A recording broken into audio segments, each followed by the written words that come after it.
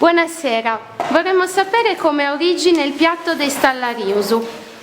Allora, è il piatto tipico per eccellenza del giorno di Pasqua Nuragus.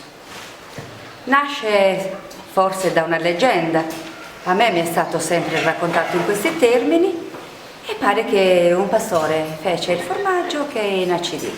Allora, per non perdere la forma del formaggio, inventò e pensò, magari provando a cuocerci 2 spaghettini, che in quel periodo chiamavano findeus, in un brodo che tutti si contendono, perché c'è chi dice che è di pecora, c'è chi dice che è di gallina, e allora diciamo brodo, di carne in generale. E quindi da lì inventò questo piatto che per noi è il nostro biglietto da visita per Nuragus, e va condito con un po' di strutto, perché comunque gli spaghettini, essendo sottili, non devono attaccarsi l'uno con l'altro, cotto in questo brodo e poi condito con un po' di zafferano, perché quello è il colore caratteristico giallo che li rende particolari.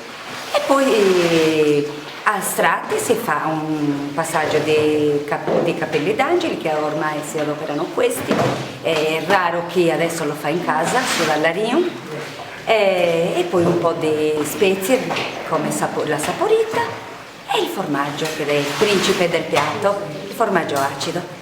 Dopo il confezionamento di questi 2 strati che si mettono in una teglia, poi si portano a cottura nel forno a 200 gradi. Quando il formaggio si scioglie e diventa bello dorato, il piatto è pronto da servire. E buon appetito a tutti! Grazie!